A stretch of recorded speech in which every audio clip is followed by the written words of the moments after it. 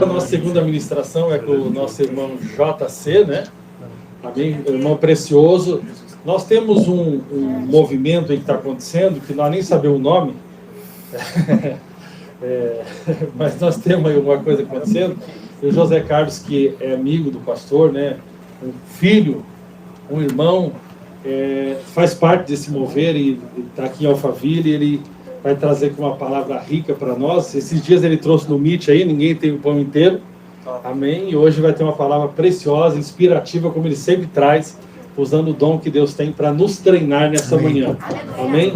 Chega aqui, meu irmão, você está em casa, sem muito protocolo, vamos para cima.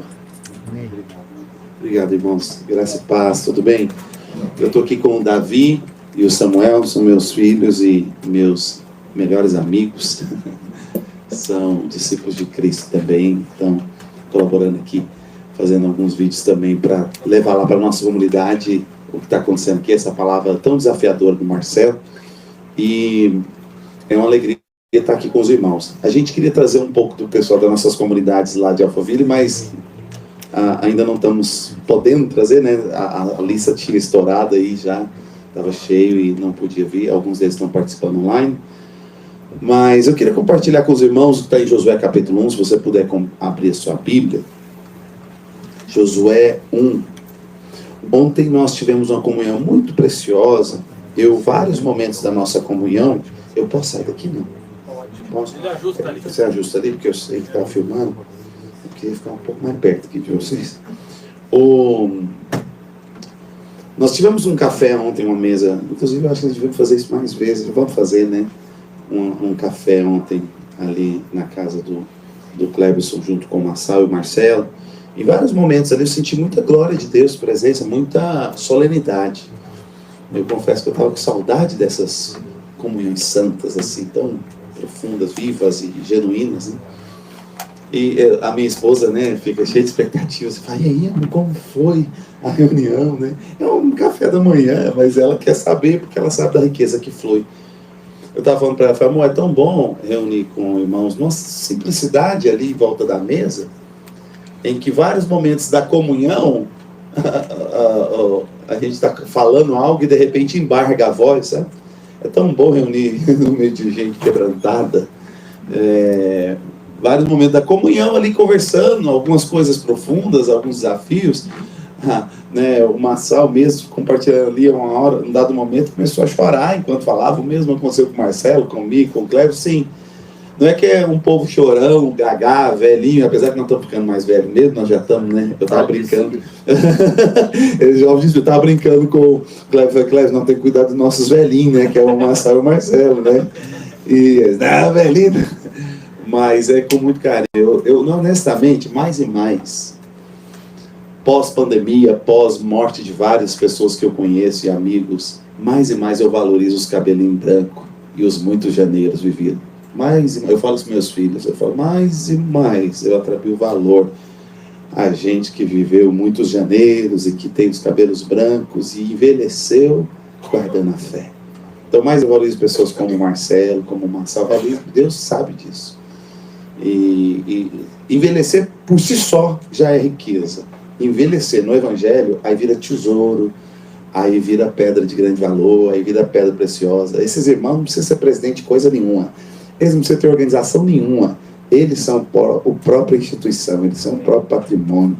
Eles chegam, e eu estava falando isso para eles, né? Acho que mais e mais Deus está colocando eles numa posição que é só para soprar. Você não precisa soprar, é só isso, é só vir e sopra. E esse sopro, quanto mais vão passando os anos, envelhecendo no Evangelho, vai ficando mais rico, vai ficando mais poderoso. Tem uma palavra que eu quero compartilhar com vocês aqui, que está em Josué capítulo 1, e que fluiu ontem ali na mesa, né? Na comunhão ali conversando sobre várias coisas, fluiu no meu coração.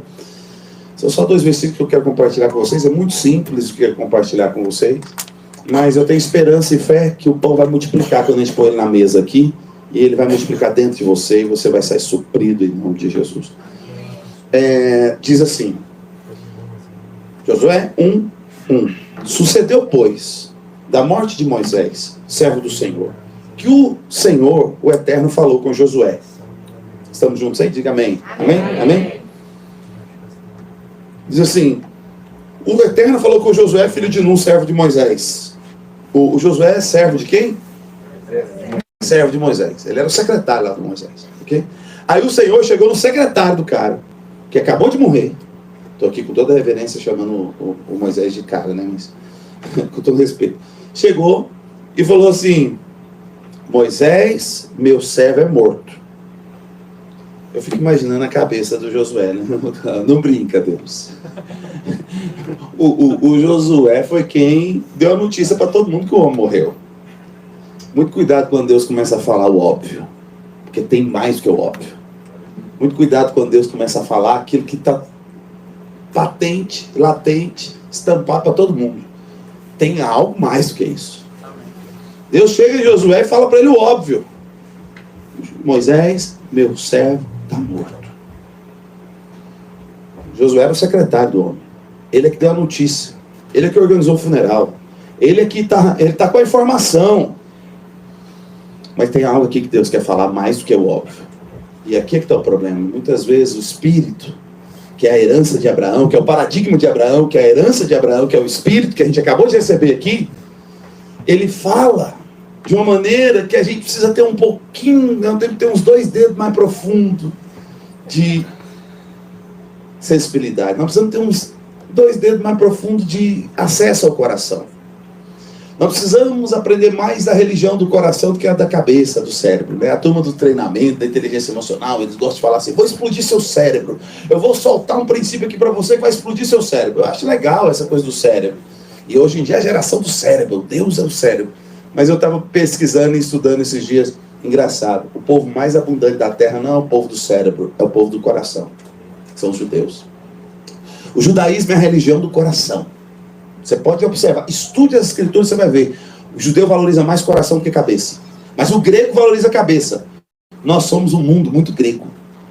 O Ocidente foi muito influenciado pelo pensamento grego. Então, as pessoas se impressionam com os raciocínios maravilhosos e com o cérebro perspicaz.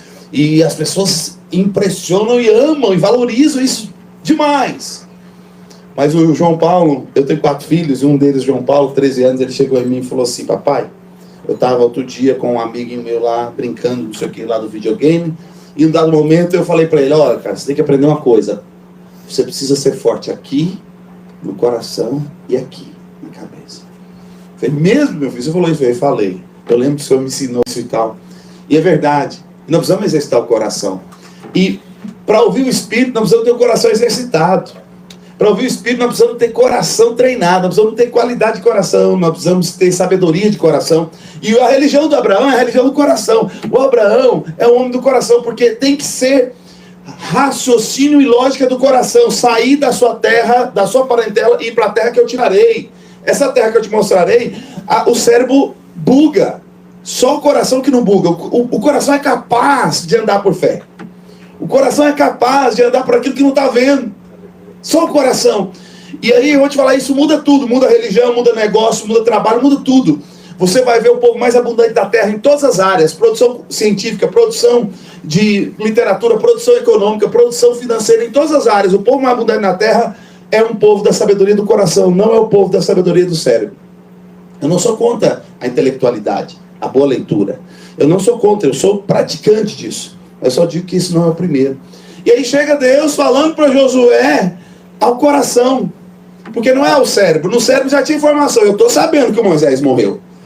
Então, para nós entendermos essa herança, esse paradigma de Abraão, que é esse novo tempo que Deus quer trazer para nós, é um reset, é um resurrect, é um restart. Nós vamos aprender a ouvir melhor o coração. E nós precisamos aprender a ouvir o Espírito. E às vezes o Espírito fala coisa que é óbvia para o cérebro, mas para o coração tem algo que muda tudo. E aí o que acontece? Ele chega e fala aqui para Josué: Moisés, meu servo, morreu. Tu, pois, agora pega esse povo e passa esse Jordão. Eu troquei de celular aqui com meu filho, você está sem. Tu, pois, passa, levanta-te e passa esse Jordão, e todo o povo à terra que eu te dou e aos filhos de Israel. Aí começa a vir promessa atrás de promessa. Todo lugar que você pisar a planta do pé, eu vou te dar. Como eu disse a Moisés. Observe isso, como eu disse a Moisés. Aí depois diz uma visão de todo lugar que vai dar. Agora mostra uma parte geográfica, versículo 5. Ninguém te susterá diante de ti todos os dias da tua vida. Como fui com Moisés, assim serei contigo. Não te deixarei nem te desamparei. Novamente está mencionando a experiência do morto com ele.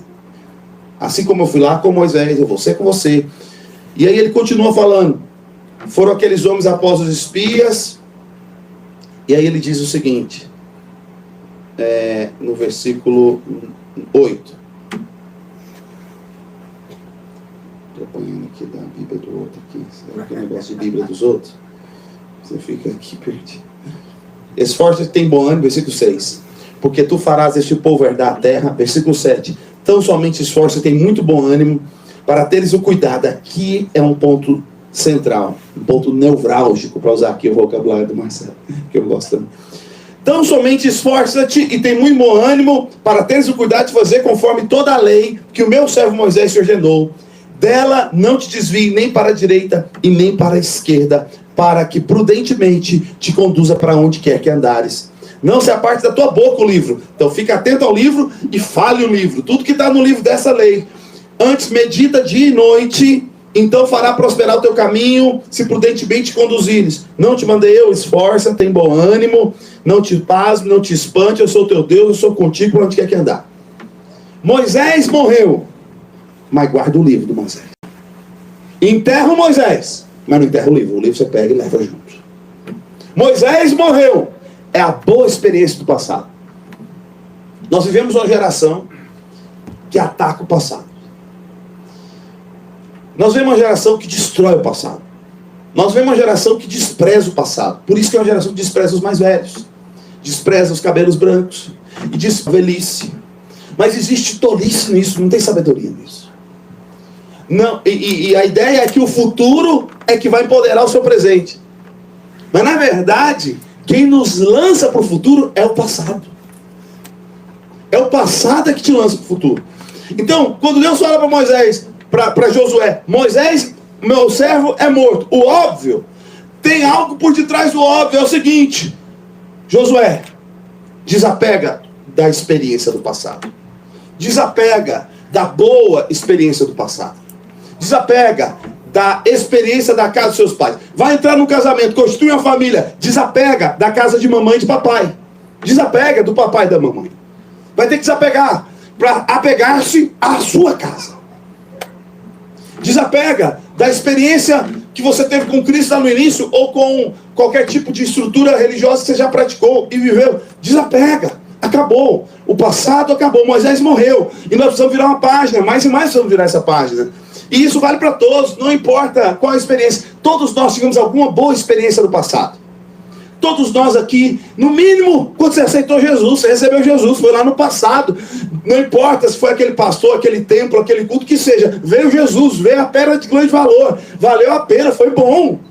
A outros experimentaram avivamentos. Nós experimentamos avivamentos. Foi bom. É o Moisés, é a boa experiência do passado. Porque a maior treta é quando você tem um bom passado. Isso é desafiador. O mau passado aprisiona, mas o bom talvez aprisiona muito mais.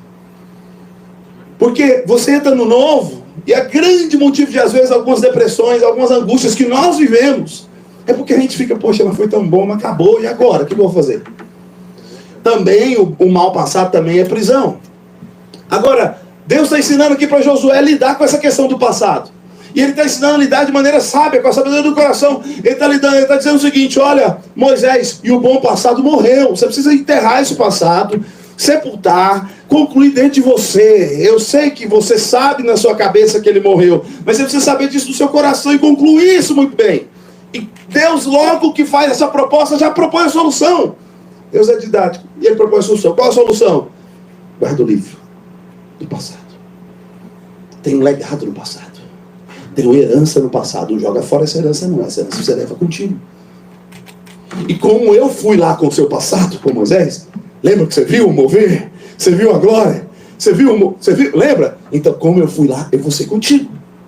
É óbvio que Josué não viu só glória.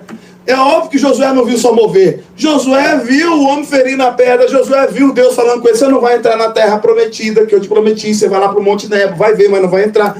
É óbvio que Josué viu o povo rebelde no deserto, murmurador no deserto. Tem um monte de coisa ruim do passado. Deus nem entrou nesse quesito, não falou, não ficou registrado para ser meditação no livro. Está registrado como pequena advertência. Você pode observar que os problemas geralmente do povo de Deus e da história de Deus, ele menciona de maneira bem discreta. Deus não é detalhista para mencionar o inferno, por exemplo. A divina revelação do inferno, né? Tem gente, os crentes inventam tudo. Quer dizer, a Bíblia não mostrou, mas os crentes resolveram escrever. Aí tem lá detalhe como é o inferno, como não é. Olha a Bíblia falando do inferno. O inferno é o seguinte, gente. É 2 versículos. O que não tem o nome escrito no livro da vida, esse vai ser lançado no lago de fogo, de enxofre, junto com a besta, o falso profeta, o anticristo. Acabou, pronto. Não tem detalhe, não fala quantas pessoas vão, não fala nome, não fala se tem uma multidão de pé, assentada em volta do caldeirão do diabo. Não fala. No caldeirão do inferno, não fala nada, só fala o seguinte: acabou, não entrou em detalhe, nem fala nome, quem não vai? É aquele que não tem o nome escrito no livro da vida. Esse foi lançado junto com a besta, o falso profeta. Não fala de quantidade. Eu vou falar com os irmãos: eu não acredito no inferno lotado e no céu vazio. Eu não tenho fé para isso, porque não está escrito. O que está escrito é o inverso. O que está escrito é o seguinte: mas agora vamos falar do céu. Aí vai lá Apocalipse falando do céu. Aí entra detalhe, o homem fala do anjo, fala de cá, anjo de lá, trono, arco-íris. Olha, o cara vai me falar de arco-íris, irmão. Detalhes. Tem arco-íris, tem anjo, tem trono de cá, tem trono de lá, tem 24 tronos. Tem assim, o homem viu até a cor do cabelo dos caras que estavam sentados lá, ancião, os caras de cabelo branco. E tinha coroa. E aí vem a parte mais gloriosa. E tinha uma multidão incontável. Eu tentei contar, mas não deu para contar. Era uma multidão, e eu vi que era gente de toda tribo, língua, povo e nação. E eles estavam de pé, e eles estavam vestidos de branco, e eles estavam com palmas nas mãos, e eles estavam cantando o cântico do Cordeiro. E eles cantavam, olha os detalhes do céu, está detalhado o céu. O inferno é só 2 versículos, é discreto e acabou. Por que Deus entra em detalhe algumas coisas e outras não? Eu acredito que é porque Ele quer que você tenha fé para isso. Como Ele não quer que você tenha fé para um inferno cheio, Ele não entra em detalhe em inferno cheio. Ele quer que você tenha fé para um céu cheio. Então Deus só fala o que Ele quer que você creia. O falar de Deus está ligado com luz. O falar de Deus está ligado com criação. O falar de Deus está ligado com fé. Então Deus só fala o que Ele quer que você creia. Ele escreveu para nós pregarmos o que crê. Então Deus está aqui falando para Josué. Deus está aqui falando: Josué, o Moisés morreu, mas tem um livro, está registrado. Você vai passar por um futuro novo, você vai passar por um tempo novo. Vocês vão entrar para uma terra prometida. Então você precisa concluir o passado. E a melhor maneira de concluir o passado, irmãos, não é deletar. A melhor maneira de concluir o passado é você pegar, e se você estudar o reset mesmo, o reset, ele não deleta. Ele não joga o sistema. Quem é da tecnologia sabe o que eu estou falando. Ele não joga todo o sistema operacional lá que estava antes fora. Não é delete. Eu prefiro resurrect. Até mais do que reset. Porque o que é bom do resurrect é que o Lázaro saiu lá da sepultura. É o mesmo Lázaro. Só que agora ele está com uma experiência, uma assinatura de Deus na sua carne, no seu corpo. Tá lá, o cara morreu, mas ele ressuscitou. É o resurrect. O resurrect é isso. Eu acredito que Deus está levando um povo no mundo, nós no Brasil e no mundo, para essa experiência do reset e do resurrect. De certa forma morreu. De certa forma morreu um monte de coisa do nosso passado. De certa forma, um bom passado nosso morreu. Nós morremos juntos. De certa forma, da sua experiência de onde você está vindo, para onde você está indo, você pode experimentar que em algum momento, em algum nível, morreu o casamento, morreu o sonho, morreu o projeto, morreu às vezes até a esperança, morreu um monte de coisa. Nós viramos um vale de ossos secos. Mas sabe qual é a boa notícia? Deus gosta de vale de ossos secos. Geralmente os avivamentos nascem em vale de ossos secos. Geralmente os avivamentos não nascem nos jardins maravilhosos. Geralmente os avivamentos vêm no meio de gente que está quebrada interiormente, que está desesperada. Ontem, uma coisa muito solene que o Marçal falou ali na nossa comunhão, ele falou isso, ele falou, há momentos muito, muito difíceis da nossa vida, que é uma incubadora dos momentos que Deus vem e gera coisas novas. Amém. Então Moisés morreu, só que eu queria desafiá-los aqui a nós pegarmos e sabermos lidar bem com o passado. E eu acho que saber lidar bem com o passado é saber lidar da seguinte forma, tá? Que Deus propôs para Josué. Encerra a experiência do passado, não viva mais na experiência do passado, mas leve consigo o legado do bom passado. E aqui tem alguns legados que nós vivemos em algum momento. Eu tenho falado isso para o Marcelo, eu falei para alguns irmãos do movimento.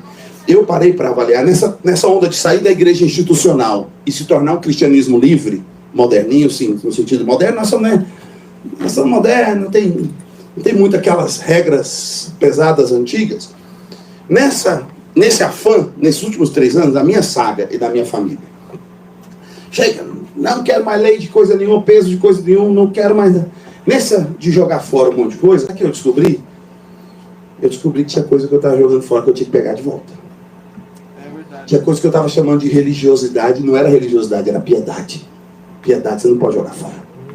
Tinha coisa que nós estávamos chamando de religiosidade, não era religiosidade, era fidelidade. Fidelidade você não joga fora.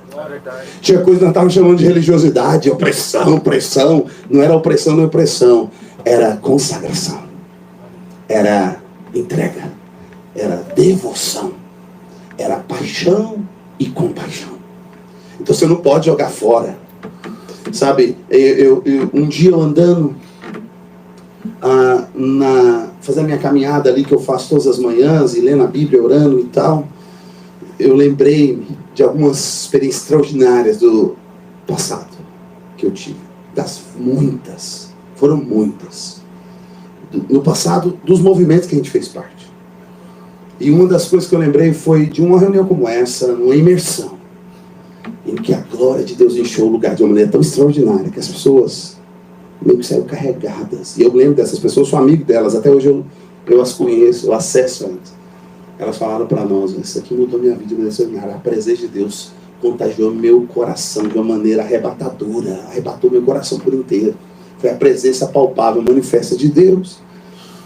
Eu lembrei daquilo, eu falei, Senhor, meus filhos não estão tendo a experiência de ver o que os adolescentes que eu pastoreei no passado viram. Os adolescentes que eu pastoreei no passado viram um homem ardendo de amor por Deus, com lágrimas de paixão. E eu preciso dar isso para eles, eu devo isso para eles. Eu preciso dar isso para eles, por amor ao Senhor, por amor a eles. Sabe, então, ao concluir que Moisés morreu, às vezes a gente joga Moisés fora, com o livro fora, com a experiência fora, com a lembrança fora, e nem me fale das lembranças do passado. Mas Deus falou, não, você lembra como eu fui com Moisés, Josué? Vai ser um mover diferente, mas eu fui com Moisés, era eu com ele, é fidelidade, é relacionamento, é aliança, ok? Isso é princípio, não é método, é princípio, não é? Deus não chegou e falou, eu vou abrir o mar vermelho para você também, igual eu abri para ele. Não vou abrir o mar vermelho. Eu vou ser com você, igual eu fui com ele. E o mover com ele era para abrir o mar vermelho. O seu é para abrir o Jordão. Irmão, vamos fazer competição de milagre? Abrir o Jordão ou abrir o mar vermelho? Qual que é o mais poderoso?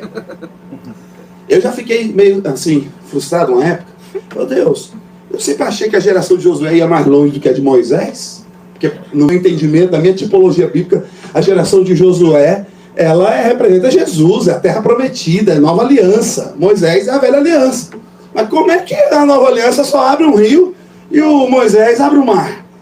Aí o Senhor falou comigo, continua lendo que você vai chegar em Josué 11 e vai ver que o Josué parou o sol e a lua. E nós que sabemos já a ciência, sabemos que na verdade não parou nem o sol nem a lua, parou a terra. Eita Deus! Quando eu cheguei no Josué 11, eu falei, já não está mais aqui quem falou. Eu estou entendendo. Porque abrir o mar é poderoso, mas parar a terra na rotação. A Bíblia diz lá em Josué 11 que estavam numa batalha e o sol estava se pondo. E nas guerras era melhor fazer de dia, não dava. E para cumprir a promessa que Deus tinha dado, que ia arrebentar com os inimigos naquele dia, ia ser 7 reinos lutando contra o reino de contra Josué e o seu exército. Deus falou, hoje vai acabar com tudo, vai arrebentar com tudo. Então estava se pondo o sol, ia ficar à noite, não ia ser hoje, a palavra não ia ser cumprida hoje.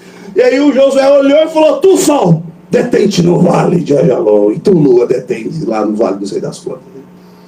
E a Bíblia diz que naquele dia a palavra de um homem não foi a palavra de Deus, foi a palavra de um homem. Parou o sol, parou a lua. E a gente que é um pouquinho mais estudado agora, que na época dos Josué, a gente sabe que na verdade não parou nem o sol nem a lua, parou foi a terra no seu movimento da rotação. Uau! A geração de Josué foi mais longe que a de Moisés, vamos respeitar. Abriu o mar poderoso, parar a terra. Uau! Mas eu quero dizer, Deus não falou para Josué: não, eu vou abrir mar. Abrir mar, mas mover, abrir mar, vou abrir mar. A gente tem a tendência de querer reproduzir experiência. Mas o mover de Deus é reproduzir princípios, não é experiência. Tem uma das nossas comunidades, as nossas comunidades estão se desenvolvendo uma cultura. Nós temos uma cultura, eu vou no final aqui falar um pouco, 5 pilares da cultura que as nossas comunidades têm desenvolvido. E uma delas é o conceito home and on, que eu tenho dito. Acho que vocês praticam isso também. Eu entendo que o mover atual, ele vai caminhar para a direção do conceito home and on. Home and on. Home é casa, é lar, mais do que casa, lar. E on é essa expressão online. Não tem como, nós temos que posicionar. Porque o que eu entendo é que as reuniões dos estádios, hoje, é o online. É o online. Todo mundo dentro de casa, mas tem uma multidão aí de 10 mil, 15 mil, 20 mil, 50 mil, 200 mil, 300 mil, quem sabe, que está em casa, mas está todo mundo conectado recebendo a palavra. Porque o princípio da reunião pública, ele é bom, não é ruim. O princípio da reunião pública. Não adianta a gente querer só a reunião pequena. Tem a reunião pública, é princípio. Então, Paulo diz lá em Atos capítulo 20, ele diz: jamais cessei de ensinar para vocês publicamente e de casa em casa. Quando lá em Atos 19, ele começa um movimento lá em Éfeso, ele começa em casa, com 12 irmãos, sendo cheio do Espírito Santo dentro de casa, depois ele vai para a sinagoga, para pregar ali na sinagoga e pegar os seguidores lá do Instagram dos fariseus, e eles ficavam bravos. Você já parou para reparar como que o povo odiava Paulo, mas também o método dele era meio politicamente incorreto, né? Ele ia na sinagoga pregar e dividir a sinagoga e levar os caras. Fala: da igreja vizinha que eu estou abrindo um movimento, vocês vêm estar comigo. Ele parece que não tinha muitos respeitos humanos. Chegava lá na sinagoga e falava: e aí, o que eu tenho que pregar? Aqui é o evangelho. Toda essa lei aqui nasceu para chegar no Cristo. Ok? Ok. A metade acreditava, a metade não queria perseguir. Ele falou o seguinte: eu estou indo lá para a escola de tirano e vou estar pregando ali publicamente a mensagem. Eu acho que tem um poder sim, nós não podemos desprezar o poder de liberar a palavra publicamente. Porque a palavra sendo liberada publicamente, ela vai construindo, ela vai gerando. Então nós precisamos fazer essas reuniões públicas, tanto aqui como online, e nós precisamos soltar a palavra. Porque essa palavra vai fazer. Eu estudando a reforma, né? De tempos em tempos, todo outubro eu separo para estudar na reforma de novo. Fui inspirado pelo Marcelo a fazer isso. Tive o privilégio de estar com ele lá nos 500 anos da reforma, lá em Wittenberg. E aí uma das coisas que Lutero fala que eu admiro muito, eu amo muito, perguntaram para ele: Lutero, como você conseguiu lutar contra os principados, contra os reis, os príncipes e todo o sistema? E ele dizia assim: eu não fiz nada, eu só preguei. Tudo que eu fiz foi pregar. E a palavra, enquanto eu dormia, a palavra vencia os meus inimigos. Ele falava então: a palavra fez tudo. Sim, que a palavra ficará, sabemos com certeza. Eu vi esse homem aqui tocar no piano lá em Wittenberg, essa música. Eu tive esses privilégios aí, né? Os privilégios da intimidade, né? Lembra daquela nossa experiência em Wittenberg? Mas sabe uma coisa? Lutero falava isso: eu só preguei. Mais e mais eu acredito que o poder está na palavra. Nós só precisamos pregar. O poder não está na estrutura. O poder não está nem mesmo nos livros. O poder não está nos métodos. As pessoas vivem me impressionando no nosso movimento lá. Nosso movimento está nascendo com gente que ninguém é de igreja, ninguém é religioso. O povo era tudo da área de coach, inteligência emocional, desenvolvimento pessoal, esse povo de alta ajuda. Eu fui fazer, depois que eu saí da religião, eu fui recomeçar a vida. E aí, há 3 anos atrás, eu fui fazer curso de coach, master coach, etc. E aí tem gente que fala: Zé Carlos agora virou pregador de coach. Eu falei: quem fala isso é ignorante. Você não prega coach, assim como você não prega inglês. Você não prega inglês, nem prega coach. Você pode pregar em coach, pregar em inglês. Porque o coach é uma linguagem, uma metodologia de linguagem de ensino em alta performance. Ponto. Eu fui fazer isso. Agora, coach, gente, quem conheceu o evangelho? Coach é bronze. O evangelho é ouro. Mas na construção do templo tem lugar para bronze, sabia? Fica lá de fora uma bacia de bronze, mas porque vamos ter bronze também, não tem problema não. Mas o evangelho é ouro, é óbvio que eu sei a diferença do bronze e do ouro. Os meus filhos lá conheceram, trabalharam, são um dos grandes influencers, muitos dos grandes influencers aí da área de inteligência emocional são clientes nossos da empresa do Samuel de vídeos e tal. E aí chegava com os dele lá, de emocional, na minha mesa. Eu falei, legal isso, mas isso aqui é bronze, deixa eu te mostrar. Ouro é isso aqui, é evangelho. Evangelho é ouro. Mas sabe de uma coisa? Foi muito bom essa minha saga, porque eu me conectei com gente fora de igreja. Gente fora de crente, de igreja, de evangélico e tudo. E eu me conectei com esse povo para fazer negócio, para fazer aprendizado, fazer networking. E claro, no final das contas, virava evangelho, que é a paixão da gente, a gente não consegue esconder muito tempo. A gente vai escondendo um pouquinho, na hora que vê que não, a gente já soltou, pum, evangelho na veia. Né? Escondendo um pouquinho, que é estratégico, né? Que é para não assustar o freguês, né? É a arte do evangelismo. Você vai aos poucos, né, falando a linguagem dele. Então muita gente converteu, muitos dos nossos presbíteros lá, eles vieram desse background de inteligência emocional. E aí, um dos ônus que eu acho legal dessa galera de inteligência emocional, Marcelo, essa turma é um movimento. Esse povo de inteligência emocional, de treinamento, é um povo que é o seguinte, lê um livro por semana. Aí os caras convertem, você fala para ele, hoje é para ler Bíblia, ok? Um livro da Bíblia. Eles leem. Sabe, eu vivi com seminaristas, com pastores, que eu pedia para eles ler Bíblia, eles não liam. Não liam o livro direito. Essa turma de inteligência emocional estão tão famintos. Sabe, que os camaradas eles ficam lendo aí o Tony Robbins. São apaixonados, lê tudo Tony Robbins. Aí você joga Jesus na mão num cara desse.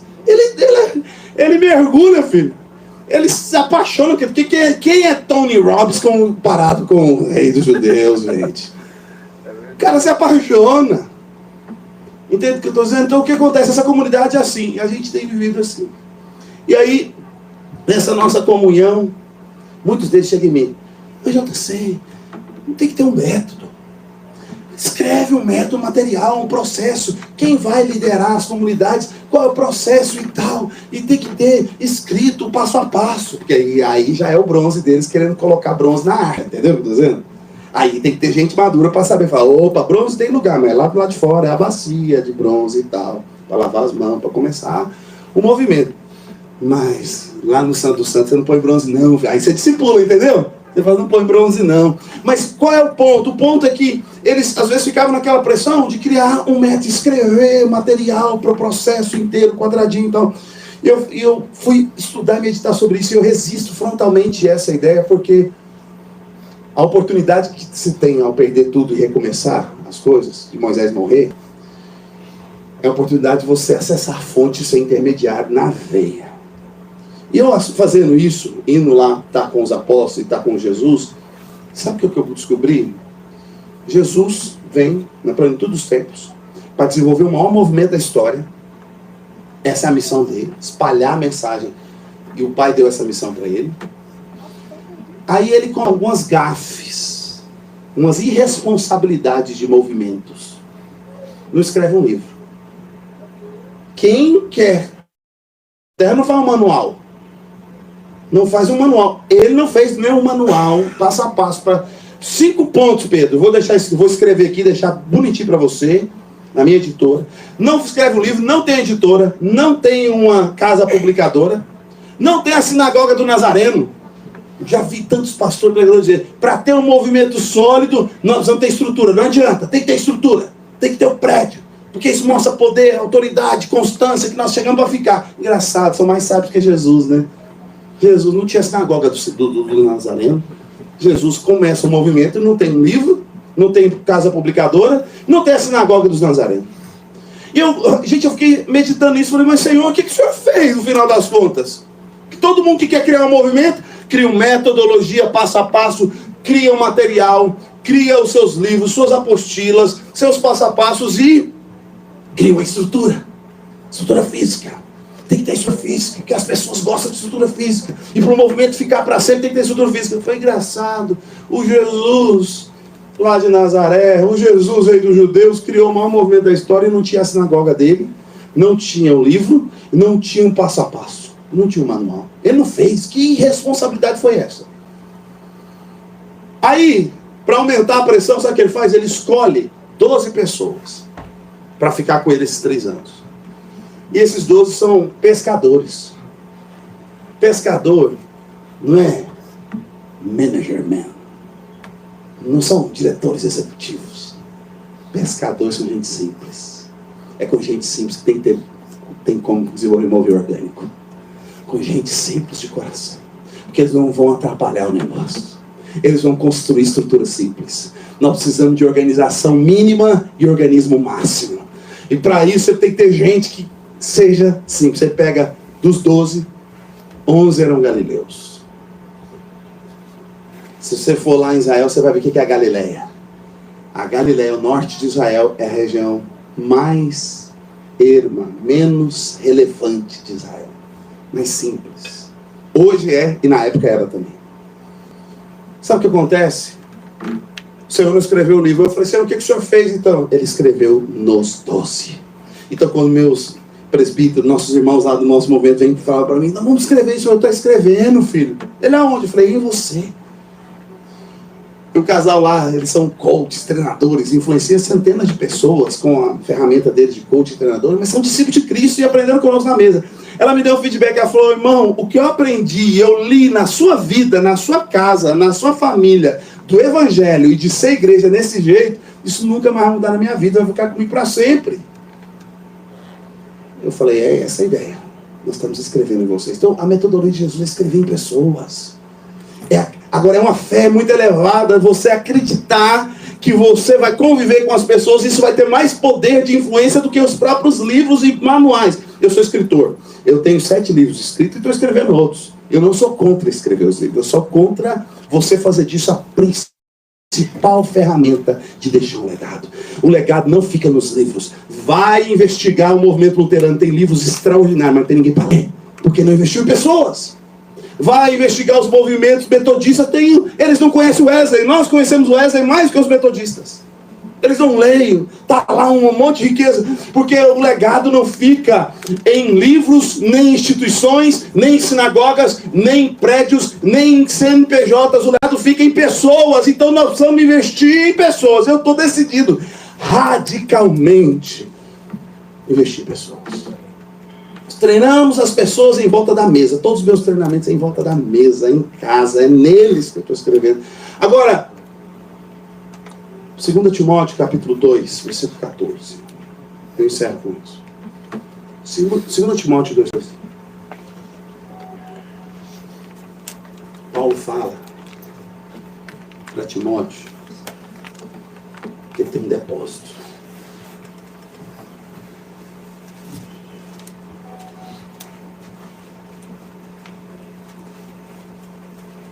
Alguém podia ler em voz alta para mim? 2 Timóteo 2,14.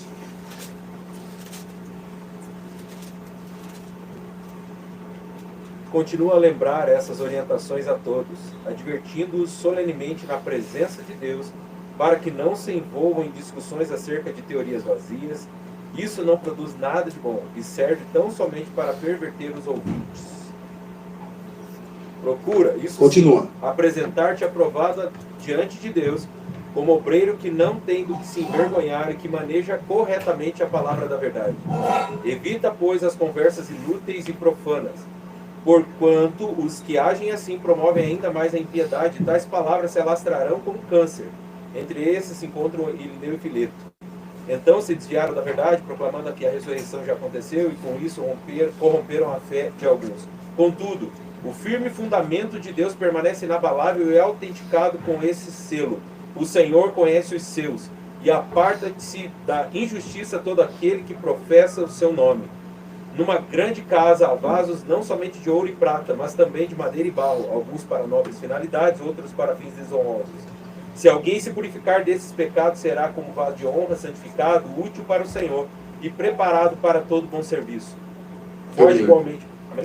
Tá bom. O versículo aqui específico que ele fala do depósito, me fugiu aqui, esse troço de trocar aqui a Bíblia, qual que é? Acha aí para mim, o versículo que ele fala do depósito. É no capítulo 2. Ele fala, tu filho meu, fortifique, confie, dons, aflições, que ele fala do depósito. Está no capítulo 2, eu tinha anotado na minha Bíblia ali. Cadê os universitários aí? Localiza aí. Ele fala, guarda o bom depósito que recebeste, sabendo de quem recebeste. Alguém localizou aí? 1,14. Isso, é 1,14. Segunda 1,14. Eu falei 2,14, mas é 1,14. Lê. Guarda o bom tesouro. Guarda o bom... Vamos dizer junto? Guarda o bom tesouro... Com a ajuda do Espírito Santo que habita em nós. Vamos dizer junto? Guarda o bom tesouro com a ajuda do Espírito Santo que habita em nós. Fala pro seu irmão aí do lado, fala para ele assim, guarda o bom tesouro. Com a ajuda do Espírito Santo que habita em nós. Moisés morreu, Josué. Tu guarda o livro. Agora, nós temos a mesma experiência. São duas gerações conversando. A geração de apóstolo, dos primeiros apóstolos, com a nova geração de apóstolos. É Paulo e Timóteo. É esse o diálogo. Isso é Timóteo. Timóteo, então, é esse o diálogo. Timóteo é esse o diálogo. O pessoal do louvor pode vir? Podia. Vai lá, irmão. Pode ser. Aquela música do Miracles. Deixa fluir. Não estava programado, não é para fluir, é o orgânico. Pode ser? Eu quero orar com os irmãos, mas olha para cá. Guarda o bom depósito. Com a ajuda do Espírito Santo. É a mesma coisa, o mesmo assunto. O assunto se repete. Aqui é o Josué do Novo Testamento, Timóteo. E o Moisés do Novo Testamento, Paulo. E na Nova Aliança, é assim mesmo. É o verbo que virou gente. Então na Nova Aliança, é Deus falando por meio de Paulo. O verbo que virou carne. Isso aqui é muito forte. Tem sabor humano, tem manifestação humana, mas com sabor divino. E aqui nós temos o seguinte, Deus falando, através de Paulo para Timóteo. Timóteo, eu estou passando. Eu estou indo. Mas guarda um depósito que você já tem. Eu fico imaginando, Timóteo, qual que é esse depósito, gente? Qual que é esse depósito? Eu sei que talvez quando eu falei dos livros e da estratégia de Jesus foi escrever em pessoas, talvez a gente vai falar, mas Paulo escreveu os livros. Paulo escreveu cartas. É diferente de livro. Que é diferente de manual. Carta é pessoal.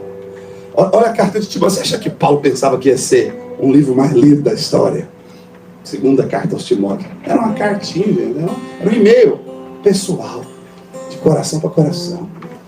Só que Deus olhou e falou, rapaz, esse negócio aqui é tão poderoso que eu vou publicar. Eu vou publicar em todas as mídias sociais. Vai ter mais likes, curtidas e compartilhamentos como nenhuma outra postagem jamais teve. Mas era só uma cartinha, um assunto entre uma velha geração que está passando e a nova que está assumindo. Isso aqui é sucessão apostólica. O tema é esse. E dentro desse relacionamento de sucessão apostólica, Paulo está deixando claro, Timóteo, eu escrevi algo em você, filho. Acho que Timóteo já devia estar perguntando para Paulo num momento como esse. Ô Paulo, tô aí, servindo você tantos anos, tamo junto, você tá indo embora, tô vendo que você já tá aí já mais para lá do que para cá. E vai ficar o que comigo? Qual é a minha herança? Ter ficado aqui com vocês anos todos. Paulo está dizendo, tem um depósito aí. Falei, mas qual que é o depósito? O Espírito Santo. É a lei interior dentro de você. Romanos 8, lembra do Romanos 8, Timóteo? Você lembra do Romanos 8? Você me ajudou a escrever. A lei do Espírito da vida em Cristo Jesus te libertou da lei do pecado e da morte. Essa lei do Espírito da vida está aí dentro de você. Então, guarda agora o bom depósito que é guardado e lembrado pelo Espírito. O Espírito vai te lembrar, o Espírito vai te lembrar. Nós vamos ter a fé, irmão. O que você está fazendo aqui? O Espírito vai lembrar os irmãos. Quando eu venho aqui, quando eu reúno no particular, como a gente estava ali fora, desde as 8h30 da manhã, na comunhão com os irmãos, eu estou sempre querendo marcar pessoas, eu estou sempre querendo transmitir, eu estou escrevendo, porque eu quero deixar um legado, eu quero deixar uma herança, eu quero fazer a vontade de Deus prosperar na terra, eu quero fazer o movimento de Deus crescer na terra, então eu vivo para isso. Então, em todo tempo, quando eu estou falando, ensinando, pregando, compartilhando, eu estou escrevendo dentro deles, e eu tenho a fé de que eu estou soprando junto com o Espírito, e quando você sopra junto com o Espírito, irmão, entra dentro das pessoas e não sai mais nunca, porque o próprio Espírito tem o compromisso de fazer o negócio ficar lá dentro. O Marcelo estava contando a experiência dos filhos dele. Eu estava falando isso, Marcelo. O maior legado, a maior beleza que tem de tudo que ele já fez é a casa deles. A casa dele da Valneide gerou 3 homens de verdade, de valor. Estava falando lá com o Pedro Rafael, ontem eu estava falando com ele pelo Instagram, que eu vi um testemunho de um soldado do exército americano que virou missionário num país vizinho do Afeganistão e está resgatando pessoas que querem fugir do Afeganistão. Ele é soldado do exército americano e virou missionário, está lá do lado, no Tajiquistão. Está lá fazendo essa missão. Aí eu lembrei do Rafael, do Pedro Rafael, mandei para ele. Ele agradeceu, falou, obrigado, pastor, realmente forte isso e tal. Falei, eu vejo isso na sua vida. Mas eu fico vendo, eu me lembro dele contar a história, o próprio Pedro Rafael contar para nós, dele estar lá com os Marines, no meio do campo de treinamento ou de batalha. Ele pregar o evangelho para um dos seus amigos creem para dentro de Cristo, e ele batizar o cara lá no lugar de guardar armas, colocou água lá e batizou o cara. Sabe, eu vejo isso. Então, esse amor por Jesus, por pessoas, pelo evangelho, a maravilhosa alegria de investir em gente foi transmitida para os meninos. Conviveram ali, pegou. A experiência mesmo do Guilherme, que o Marcelo estava contando recentemente lá no exército, viu uma pessoa com fome de Deus e compartilhou e sentiu o fluir de Deus. Essas experiências, nós estamos vendo que a mensagem está sendo escrita na vida dos nossos filhos. Eu quero escrever isso na vida dos nossos filhos. Eles vão ler em nós e vai se transmitir. Então nós precisamos aumentar a nossa fé de acreditar que não é pouco produtivo e não é pouco prático gastar tempo de qualidade com pessoas. Parece que é. Para a cultura do cérebro, não é muito estratégico nem tático investir em uma ou duas pessoas. E está ali com elas. E está ali escrevendo dentro delas. Mas para os que andam na religião do coração, na sabedoria do coração, eles estão andando com Jesus e com o rei dos judeus. E no final das contas era só 12. Depois 12 sumiram no mapa, ficou só um lá aos pés da cruz, depois foi voltando um após o outro, e 12 de novo, substituiu um, veio o outro. Era só eles no final das contas, depois 120. Nós éramos só 12. Depois nós éramos 120 lá no Pentecoste. E hoje nós somos mais de 3 bilhões. Nós somos confusos. Nós somos religiosos. E agora eu estou me identificando com todo o corpo de Cristo na terra. Nós somos religiosos. Nós somos um pouco confusos. Nós somos cheios de limitações, de hábitos e etc e tal. Mas nós estamos avançando. Nós hoje temos a Bíblia na mão, na tradução, na publicação. Nós hoje temos o batismo do Espírito Santo, que foi liberado no Pentecoste, foi cessado na época medieval, voltou na Rua Azusa. Nós estamos avançando, nós somos 3 bilhões e nós éramos só 12, seguindo o Cordeiro. E nós não somos dono de ninguém, nós somos juiz de ninguém, o Senhor delas é o Senhor seu. Você não deve ficar julgando, condenando, avaliando. Não, deixa que o Senhor vai julgar todo mundo. Mais e mais eu estou desfocado de ficar avaliando os outros crentes. Mais e mais eu estou focado em construir o que eu creio que é a nova estação do mover de Deus nos novos. Nos novos. Porque Moisés morreu. Então enterra esse passado, irmão. Na sua casa, nos seus negócios. Esses últimos 3 anos fez um reset em muita coisa. Você sabe o que eu estou dizendo. Você sabe muito bem o que eu estou dizendo. Meu irmão, você aí, está com uma mão aqui. Qual que é o seu nome? Seu nome? Você mesmo. Adilson. Você sabe o que eu estou falando. Teve muito reset. Teve muito recomeço. Teve muita coisa que parece que zerou. E às vezes a gente pensa, e agora? Mas o Senhor está dizendo, agora está na condição certa de começar algo novo, extraordinário. Se chegou a morrer num dado momento, agora é a melhor hora para experimentar o maior poder, que é o poder da ressurreição. Então sobre a tua vida eu vejo uma nuvem de ressurreição. Eu vejo uma nuvem de recomeço. E quando você pensa que é o fim, o Senhor chega e diz, é só o começo. É na sua casa, é só o começo. É nos seus negócios, é só o começo. E é no seu chamado, na sua vocação, na sua maior paixão. Desde a sua mocidade, na verdade, desde a sua adolescência. Na verdade, eu vejo você com uns 13, com 17 anos, tendo experiências extraordinárias que tinham a ver com a sua vocação. E às vezes você sente que isso ficou lá no passado, mas não ficou. Só chegou no momento da maior explosão. Chegou o momento da maior explosão na tua vida. Eu sinto do Espírito de profetizar isso na tua vida, de soprar isso na tua vida, e eu estou escrevendo dentro de você. Nós estamos passando legado. Passa para os seus filhos, passa para os seus netos, passa para os seus sobrinhos, passa para os seus discípulos espirituais, naturais. Oh, aleluia. Deixa fluir, irmão. Aleluia. Em nome de Jesus, não é tempo de parar. É tempo de recomeçar. Eu sei que você não está com força para fazer, mas é aí que você está bom. É agora que você está no ponto que Deus gosta. Porque agora Ele pode conduzir do jeito dele, da maneira dele. Não tem mais energia humana para atrapalhar. Só tem energia divina. Eu falei isso para o Marcelo. Deus está às vésperas de fazer o voo da águia na vida dele. É o voo da águia. Aquele último voo da águia, sabe? Sabe aquele último voo da águia? É aquele último voo, é quando a águia voa mais longe, é quando ela troca ali as penas pela última vez, troca os bicos e as suas garras, é com dor, vai trocando as garras, que vai trocando o bico, elas batem na rocha e vai doendo e vai arrancando, mas é o último voo da águia, é o voo mais forte, mais extraordinário. Deus tem isso para nós. O Moisés morreu, mas tem um legado, irmão. Qual é o legado? Não precisamos pegar esse legado de volta. Não precisamos pegar esse legado. O depósito espiritual. Eu acredito que um dos legados nós precisamos voltar. Eu tenho visto nossas comunidades. Nós estamos com a eclesiologia certa. Mas nós não estamos pegando fogo. Nós não estamos com os corações ardentes. Isso é legado, irmão. Isso é da experiência. A experiência era do Moisés, de muitos de nós aqui, tinha coração ardente. Tinha coração ardente. Um violãozinho desse tocando aqui agora, já tinha gente com mão levantada em lágrimas, em fogo pegando, o coração apaixonado, já tinha. A gente precisa voltar, a gente precisa comprar isso de volta. Eu só quero a fraternidade dos corações ardentes. Chegou o tempo dos corações ardentes. Agora isso não vai comprar hoje, é todo dia. Eu fiz da minha casa um templo. A minha mesa é um altar. Pratico a ceia constantemente lá. Com lágrimas nos olhos, pregamos o evangelho uns para os outros. Isso é ceia. É uma maneira de pregar o evangelho uns para os outros. Lá em casa, todos nós, do pequenininho ao patriarca velho aqui, começa o dia com devocional. O pequenininho lá, tem 5 anos, o Luca, está assistindo online aqui, junto com a mãe. Começa o dia. Papai, eu já fiz meu devocional, tá? Qual que você fez? Hoje foi o Sumbook, ele chama Sumbook, é o Superbook.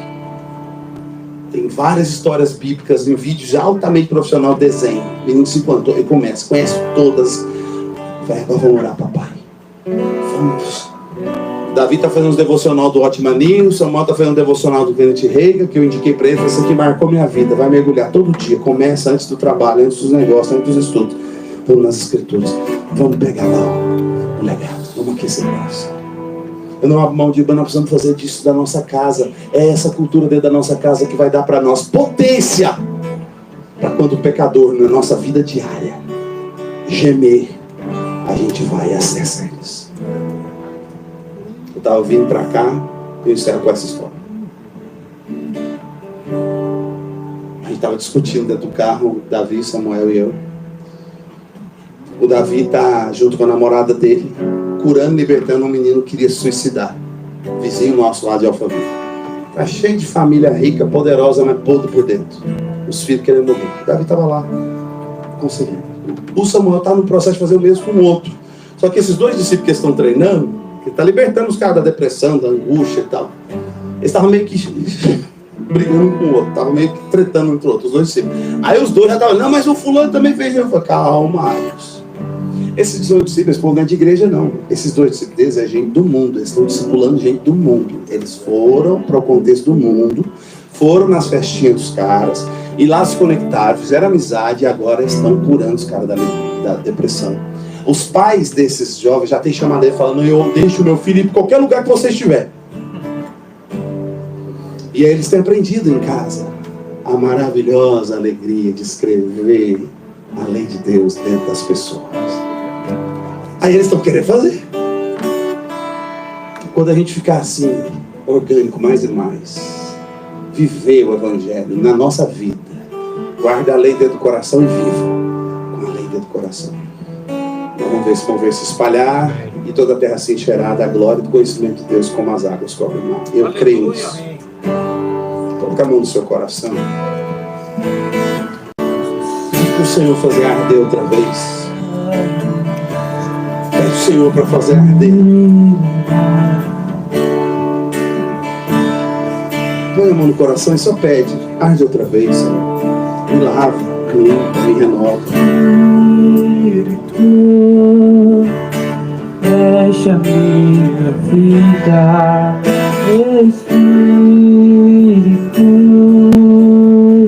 Enche a minha vida. Você pode cantar junto? Enche-me com teu poder, pois de ti eu quero ser.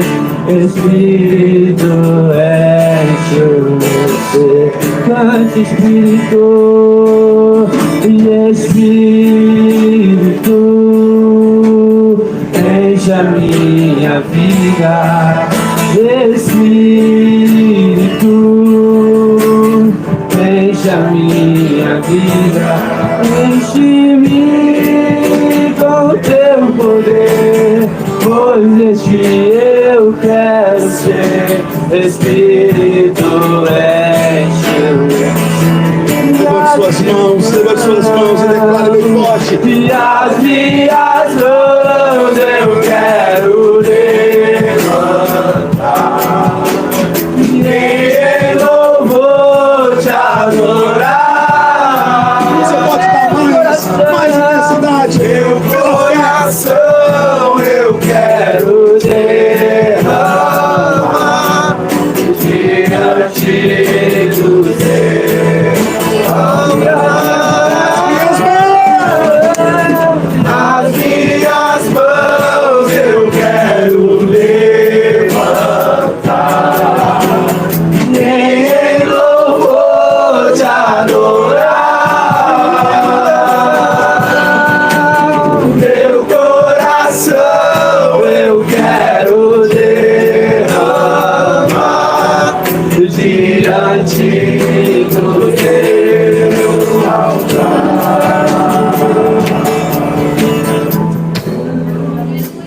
Senhor Espírito Santo, Senhor Espírito Santo, tu és bem-vindo, tu és bem-quisto, tu és a nossa herança, nosso legado. Tu esteve desde o começo dessa caminhada, tu estás aqui, tu vai estar até o final. Nós queremos estar contigo de verdade. Nós queremos a fraternidade dos corações ardentes, Senhor.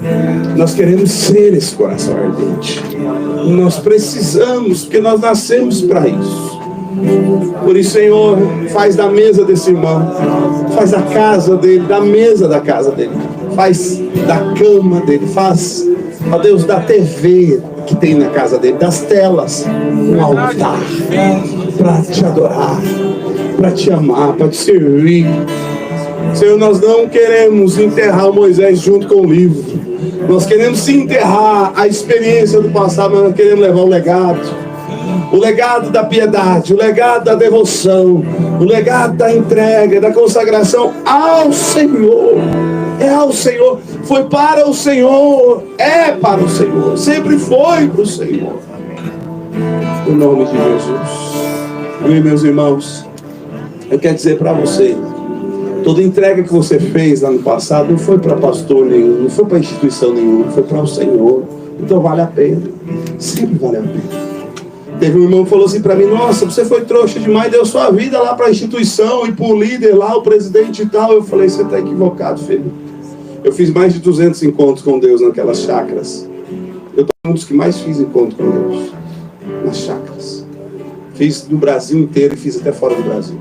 Fiz na Europa, fiz nas Américas. Foi mais de 200, eu cheguei a contar.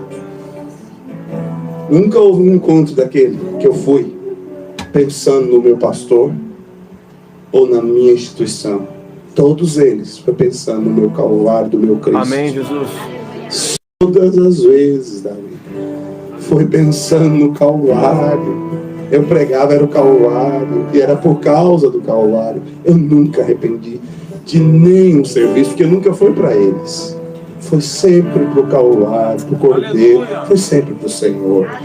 Então vale para o Senhor, vale qualquer entrega, qualquer dor, qualquer perda, qualquer vitória, para vale a nossa vida, nossa energia, nossa juventude. Eu dei minha juventude. Na estrutura não foi para isso. Eu não fiz para a estrutura. Nunca foi sobre eles. Nunca foi sobre eles. Aí a pessoa que me falou isso: então foi por mim, porque eles foram um desses que foi salvo lá naquele movimento. Eu falei: não foi nem por você. Foi pelo seu Senhor. E Ele quis que eu fosse até você. Então não foi nem por você. Foi por Ele. Agora, no segundo ponto, foi por você, porque o meu coração, por ele, foi enchido de compaixão por você. Meus irmãos, tem gente aí que está recebendo esse legado. E que a gente não está vendo, eles estão aqui online recebendo, eles estão aqui. Tem algo muito maior do que aqui acontecendo. É por ele, é por meio dele, é para ele. Do teu altar, diante do teu altar, sua vida, diante do teu altar, sua família, seus filhos, diante do teu altar, seus netos, suas gerações, seus negócios, diante do teu altar, seu ministério, sua carreira, sua vocação, diante do teu altar. Levante bem alto as suas mãos, em nome de Jesus. Diante do teu altar. Vamos declarar essa canção. As minhas mãos eu quero levantar. As minhas mãos eu quero levantar e em louvor te adorar.